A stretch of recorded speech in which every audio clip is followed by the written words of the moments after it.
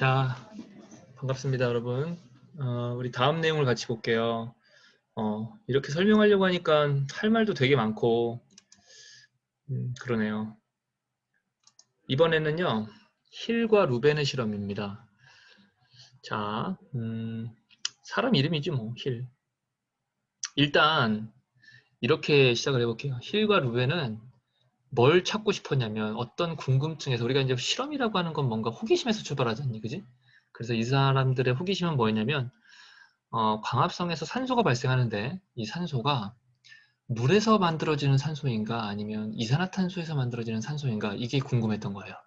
그래서 힐이 이런 실험을 설계합니다. 자, 잎을 땄어요. 그 다음에 엽록체 추출액에 있다면 여긴 물이 들어있는 거야. 그치? 물. 여기서 이제 옥살산철 3를 넣고 시험관 안에 공기를 뺐어요. 자, 여기 공기 뺐죠? 이 공기를 뺀 건 CO2를 뺀 겁니다. 자, 물이냐 CO2냐 이걸 알고 싶었는데 하나의 조건을 제거했죠. 그럼 뭐만 남았니? 물만 남은 상태예요. 그 상태에서 빛을 주고 광합성을 시켜봤더니 뭐가 발생한 걸 확인했어요? 산소가 발생하는 걸 확인했어요. 아, 그렇구나. 이 산소라고 하는 것이 물로부터 유래했구나라는 것을 발견한 실험 중에 하나가 히르 실험입니다. 됐고, 그 다음에 여기 보시면 옥살산철 3가 옥살산철 2로 바뀌었죠. 여러분, 옥살산철 3는 이 3를 여러분들 공부하실 때 정리하시면 돼. 3. 여기에는 Fe3가 이온이 있습니다. Fe3 플러스. 자, Fe3 플러스 여러분. 여기에는 Fe3 플러스가 있다. 자, Fe3 플러스 3가 양이온. 요게 있는데 얘가 옥살산철 2가 되지 얘는 뭘 가지는 거냐면 Fe2 플러스 2 플러스야. 어디서 된 거니? 전자 얻었지, 그지? 그러니까 실제 이제 여기 앞에 개수 보면 얘가 앞에 2야. 이 Fe3 플러스가 이 Fe2 플러스 했으니까 전자 몇 개 얻은 거니? Fe 이온 하나당 전자 하나씩 얻은 거니까 두 분자니까 두 개의 전자를 얻은 거야. 그치? 두 개의 전자를 얻은 거야. 그럼 이걸 누가 줬을까? 이걸 누가 줬을까? 누가? 물이 줬겠죠, 물이. 그쵸? 자, 우리 이제 물의 식을 써보자. H2O. H2O가 있어요. 얘가 빛을 받으면 광분해가 일어나잖아, 그지? 그러면 2분의 1 O2가 생기고, 그 다음에 두 분자의 수소 양이온, 그 다음에 두 개의 전자, 일렉트론, 전자가 생기는 거죠. 요거. 선생님 지금 보는 요거. 두 개의 수소가, 두 개의 전자가 누구한테 간 거야? 얘한테 간 겁니다. 옥사산철 3의 철이온이 간 거야. 그래서 얘가 뭐가 된 거니? 전자 얻었으니까 환원된 겁니다. 됐죠? 그러니까 실은요, 본인 실험을 통해서 이 옥사산철 3에 해당하는 물질이 식물에 무엇인지를 확인하지 못했습니다. 하지만 식물의 옥사산철 3와 같이 물의 광분해로 만들어지는 수소 이온과 전자를 받아주는 물질이 존재한다라는 건 생각했겠죠. 그렇죠? 근데 그 물질이 무엇인지는 몰랐고 이제 힐이 이제 이후에 과학자들에 의해서 이 물질이 이제 여러분 아시는 것처럼 NAD 플러스가 옥사산철 3에 해당하는 전자수용체다라는 걸 알게 된 거죠. 네, 그 정도로 여러분이 이 그림을 봐주시면 되겠다. 됐고, 그 다음에 루벤 실험은 더 간단해. 루벤 실험은 더 간단합니다. 루벤도 똑같습니다. 힐과 마찬가지로 광합성에서 만들어지는 산소가 이산화탄소로부터의 산소이냐 물로부터의 산소이냐 이걸 찾고 싶어서 실험을 한 거예요. 자, 그래서 이때 이제 루벤이 실험한 재료는 뭐냐면 방사성 동위원소죠. 18호를 처리한 거예요. 예, 여러분 이제 방사성 동위원소를 처리해가지고 시간에 따라서 물질을 추적하는 이러한 세포 연구 방법, 우리가 뭐라고 배웠지? 우리가 자기방사법이라고 불렀죠. 이렇게 자기방사법이야. 그러니까 물에 방사성 동위원소를 처리해보고 이산화탄소 일부에 방사성 동위원소를 처리한 다음에 지금 왼쪽과 오른쪽에 클로렐라 집어넣고 거기다가 빛을 준 거야. 자, 만약에 물로부터 산소가 발생했다라고 한다면 바로 물의 방사성 동염수를 처리하게 됐을 때 나오는 산소의 방사능이 검출될 것이고, 이산화탄소로부터 산소가 방출된다면 이산화탄소의 산소의 방사성 동염수를 처리한 실험에서 발생한 산소의 방사능이 검출되면 되겠죠. 그렇죠. 선생님 말이 무슨 말인지는 아시겠죠?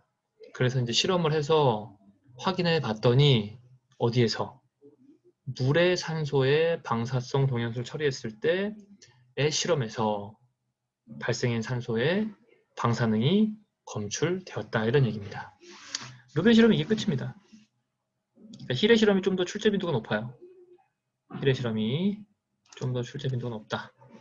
자, 이렇게 해서 이제 여러분들 우리가 벤슨의 실험, 힐의 실험, 루벤의 실험, 이런 실험들을 봤습니다. 광합성에 이제 여러 가지 실험들이 있어요. 자, 그럼 이제 명반응을 조금 더 봐야 되는데, 명반응은 이제 엽록체의 틸라코이드 막에서 빛에너지를 흡수해서 ATP와 NADPH를 만드는 과정입니다. 이 ATP와 NADPH는 스트로마에서 탄소 고정 반응, 켈빈 회로가 작동되는데 필요한 재료죠. 됐죠? 자, 그러면 이제 그 다음 내용이 물의 광분해고, 이건 했어. 이건 했단 말이야. 이제 광인산을 볼 거예요. 우리가 인산화에는 세 가지가 있다고 했어요. 인산화라고 하는 것은 어떤 물질에 인산이 결합함으로써, 결합하는 걸 인산화라 그래. 근데 이제 그 인산화 반응의 대표적인 게 ADP에 무기인산이 결합해서 ATP 합성되는 과정. 이게 이제 인산화인데, 이 인산화를 우리가 세 가지 배웠어요. 첫 번째, 기질수준 인산화. 두 번째, 산화적 인산화. 그리고 지금 나오는 광인산화. 이렇게 보시면 되겠어. 자, 관계에 대한 얘기를 좀 해보겠습니다. 관계. 우리 이제 그림을 좀 그려보면, 이렇게 이제 틸라코이드 막이 있으면 여기에 이제 관계라고 하는 게 있어요. 관계는 뭐로 되어 있냐면 여러 이제 광합성 색소들이 있고요. 광합성 색소들. 그리고 이제 단백질. 광합성 색소와 단백질 복합체입니다. 관계. 근데 이제 관계가 1이 있고 2가 있어요. 관계 1, 관계 2, 1, 2 이렇게 있어. 관계 1은 뭐냐면 우리가 이제 반응 중심 색소가 엽록소 A인데 그 관계를 이루고 있는 색소 중에서 반응 중심 색소는 엽록소의 한 쌍입니다. 근데 이 관계 1을 이루고 있는 반응 중심 색소는 어떤 특징이 있냐면, 자, 우리 식물은 가시광선을 광합성에 이용한다고 그랬죠. 400에서 700 나노미터 중에서 700 나노미터의 파장의 빛을 가장 잘 흡수하는 그러한 반응 중심 색소를 갖습니다. 이게 관계 1이야. 그래서 우리가 피그먼트, 우리 P700이라고 관계 1을 부르고요. 관계 2 같은 경우에는 관계 2를 구성하고 있는 한 쌍의 엽록소 A, 반응 중심 색소가 이번에는 피그먼트 680 나노미터의 파장의 빛을 가장 잘 흡수하는 엽록소 A 한 쌍이 반응 중심인 관계. 말이 어렵죠. 말이 어려워. 이게 관계 2입니다. 일단 그러니까 여러분들이 이제 관계 1은 P700이고 관계 2는 P680이라는 걸 좀 알아야 돼. 그지? 외울 때는 이제 1, 1등.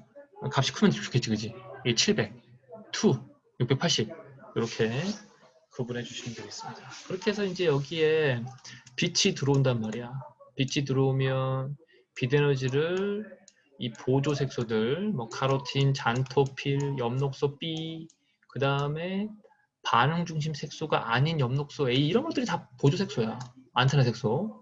얘네들이 빛 에너지를 이 가운데 반응 중심 색소에다가 모아줘. 오케이? 에너지가 모였어. 에너지가 너무 많이 모였으니까 얘가 감당이 안 돼. 너무 에너지가 많아. 그래서 이 에너지를 밖으로 뿜어냅니다. 그걸 받아주는 녀석이 뭐야? 1차 전자 수용체인 거야. 일종의 이제 여러분들이 배우셨던 전자 전달계 컴플렉스, 복합체가 작동한다 보시면 되겠어. 그리고 이제 여기서 보시는 이 화살표의 느낌은 뭐냐면, 친구들, 이 화살표는 이게 Y축이라고 생각하면 돼. Y축.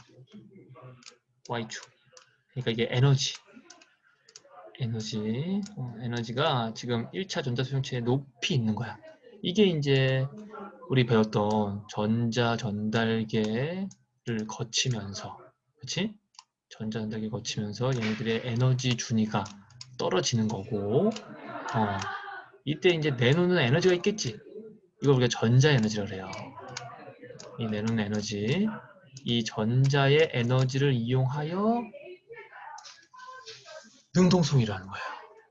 자, 그럼 또 이 막을 한번 그려줘야 되겠지? 이렇게 이제 막이 있는 거야. 이게 이제 틸라코이드 막입니다, 여러분. 틸라코이드 막이 있는 거야. 틸라코이드 막이 있는데, 여기가 이제 틸라코이드 내부고, 여기는 이제 스트로마가 되는 거야. ATP가 스트로마에서 만들어져야 되기 때문에, 이 ATP 활성 부위가 이쪽을 향해 있는 거야. 이렇게. 그치? 그럼 어디에 고농도가 돼야 돼? 요 안쪽. 요 내부가 고농도가 돼야 되는 거야. 그러니까 이쪽에서 이쪽으로 능동성이 일어나고, 어디서 어디로? 스트로마에서 틸라코이드 내부 쪽으로. 어디서 어디로 촉진 확산? 틸라코이드 내부에서 스트로마 쪽으로 촉진 확산이 일어나서 이쪽에서 ATP가 만들어지는 거죠. 됐나요? 흐름은 지금 다 설명을 드렸어. 다시 한번. 자, 관계에 모여있는 보조색소들이 빛에너지를 흡수하여 이 에너지를 그 관계의 반응 중심 색소에 모은다.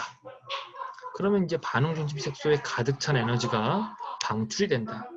즉 고에너지 전자가 방출되는 거죠.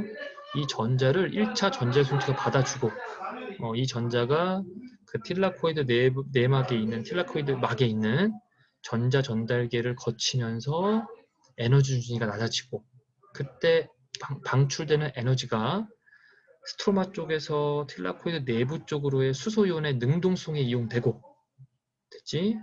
그 다음에 틸라코이드 내부에서 ATP 합성 요소를 통과하여 스트로마 쪽에서 촉진되는 확산력에 의해 인산화 반응, ATP가 합성된다까지. 이게 바로 명반응의 흐름입니다. 여기까지가 이제 여러분들 명반응의 흐름이다 이렇게 보시면 돼요. 자, 이제 그림을 좀 볼게. 자, 그림을 좀 보겠습니다. 여기 그림 봐봐. 여기 친구들 뭐야? 이게 틸라코이드 막에 있는 관계입니다. 관계. 빛을 받아서 반응 중심 색소에 모아주는 장면. 그 다음에 여기에 있는 고에너지 전자가 1차 전자수용체에 옮겨지는 반응. 이런 거 여러분들이 그림을 보셨고요. 그 다음 장면이 이제 전자의 흐름입니다. 이게 이제 비순환적 전자 흐름과 순환적 전자 흐름이 있습니다. 비순환적 전자 흐름은 관계 원투가 다 관여하고요. 이게 이제 뭐 ATP도 만들고, 그 다음에 마지막으로 그 전자의 최종 수용체가 NADP 플러스입니다. NADP 플러스를 NADH로 이제 환원되는 그러한 전자 흐름을 비순환적 전자 흐름. 예전에 이 과정에서는 이걸 비순환적 광인산화다 이렇게 부르기도 했어요. 거의 같은 용어로 혼용해서 사용한다. 이렇게 보시면 되겠어요. 그 다음에 그래서 이제 비순환적 전자 흐름을 보시면 이렇게 되는 거야. 여기에 이제 빛이 들어와서 고에너지 전자가 나가고 전자전달기 거쳐서 얘도 똑같이 받겠지, 그치? 관계 1도 전자가 나가고 관계 2도 전자가 나가는데 이 나간 산화된 이 자리를 전달된 이 전자가 채워주는 거고, 그래서 마지막 이 전자의 최종 수용체는 NADP 플러스가 되는 거야. 이렇게 봐주면 되겠다. 그 다음에 여기도 전자가 빠지면 빈 공간이지. 이 산화된 자리는 누가 채워준다? 그렇지. 물의 광분들을 통해 나오는 이 전자가 이 자리를 채워준다 이런 얘기야. 그러니까 방전 상태에 있는 전자를 빛이 충전해서 나가게 하고, 또 방전 상태에 있는 전자를 또 빛이 충전해서 나가게 한다 이렇게 이해하시면 되겠어요. 그러니까 이제 여기서 나오는 전자 에너지는 수소연의 능동수송과 ATP 합성을 통한 ATP 합성에 이용되는 것이고, 여기에 있는 고에너지 전자는 결국 NADP를 충전해 주는 거야. NADPH로. 그지? 이렇게 이제 비순환적 전자 흐름 봤고요. 그 다음에 이게 이제 순환적 전자 흐름이라는 것도 있습니다. 이것도 다른 말로 이제 순환적 광인산화 이렇게 보면 돼. 얘는 이제 관계 1만 관여합니다. 전자가 전자전달계를 거치는 동안에 마찬가지로 내놓는 에너지에서 수소이온의 농도 기울기를 형성하고, 이것이 이제 ATP 합성수를 통과하면서 확산되면서 ATP가 만들어지는 요건데 얘는 이제 이렇게만 되는 거야. 그 다음 그림 보시면은 관계 1에서만 이 나간 게 이쪽으로 이렇게 전달되면은 이게 이제 마지막 단계에서 NADP 플러스가 NADH로 환원되는 것이고, 얘가 나갔다가 다시 이렇게 돌아온단 말이야. 이런 경우도 있단 말이야. 이 두 가지 경우가 있는 거야. 이렇게 여러분 봐주시면 되겠습니다. 자, 여기까지 오늘 했고요. 다음 시간에는 비순환적 전자흐름과 순환적 전자흐름에 대한 영상을 먼저 시청을 좀 해보도록 하겠습니다. 네, 여러분들 수고 많으셨습니다.